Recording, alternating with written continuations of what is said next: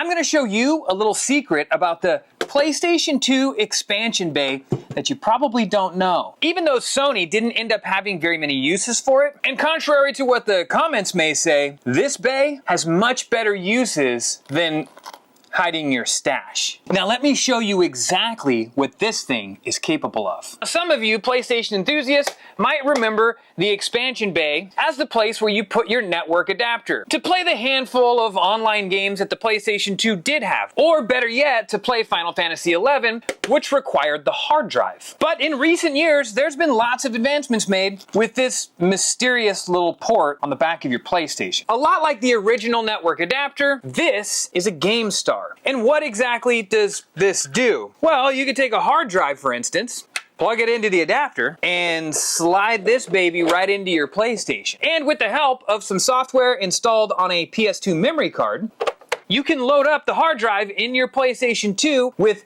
backups of all your PlayStation 1 and PlayStation 2 games. Let's talk about how this works. This specific PlayStation 2 mod is the free McBoot. You install this software on a PlayStation 2 memory card, and when you pop it into a PlayStation 2, in conjunction with the Game Star and a hard drive, it allows your PlayStation 2 to read backups directly from the hard drive.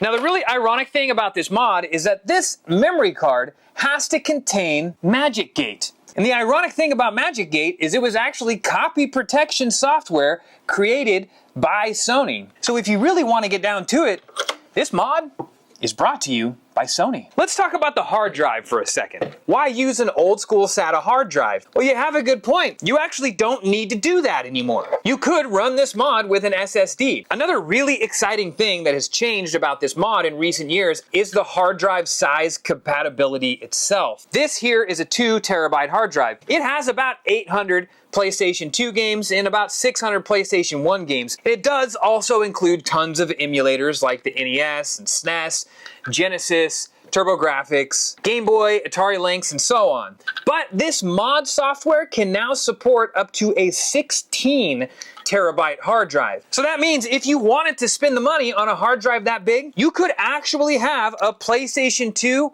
with the complete PlayStation 1 and PlayStation 2 library installed on the hard drive. This is something you should stay tuned for in the very near future. Another really cool feature about this mod that makes it stand out is you actually don't have to do anything to the console. You don't have to solder any chips, and there's no flashing of the firmware. All you really need are these 3 items. And in fact, if you already have a PlayStation 2, you could just pop these 3 items into your PlayStation 2, and voila!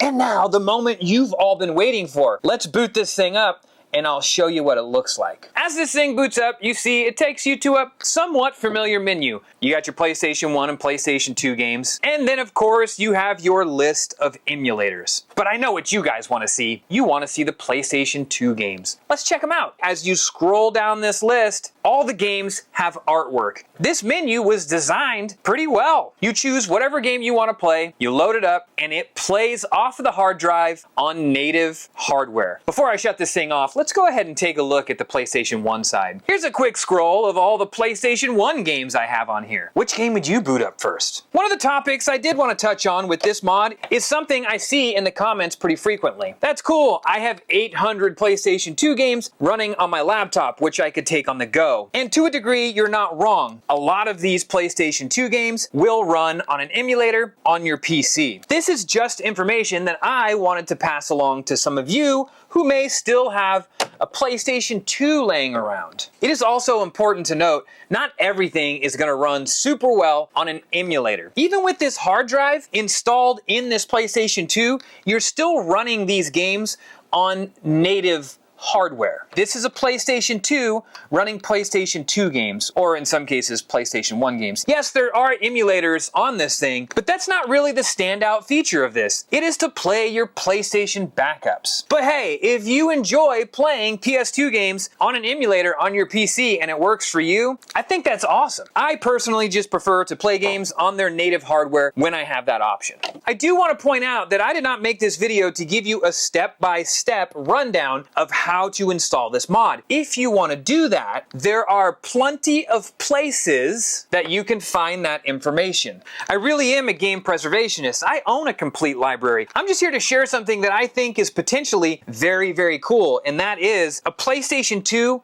with a complete North American and Japanese library backed up to it. The idea of that is very, very exciting to me. It's also good information to know that if you own a PlayStation 2 or any one of these consoles, you can actually do whatever you want to it. Whether or not you are going to back up your entire collection to install on here or go about getting it from a friend or something is entirely up to you. Also, I am by no means the creator of this mod. There are lots of people much smarter than me that worked really hard to bring this thing to life. But I do recommend giving this thing a shot. And don't feel bad if you don't feel like you're tech savvy enough to do something like this. A lot of my collection I personally don't do. I actually have it done by Dr. Mod, who is much better at this sort of stuff than I am. I have his contact in the description below. But the PlayStation 2 isn't the only system with awesome mods like this. If you don't believe me, check out the awesome and incredibly easy mod for the Nintendo Wii right here. And if you like seeing videos like this, or videos on awesome little pieces of game history, you should subscribe to the channel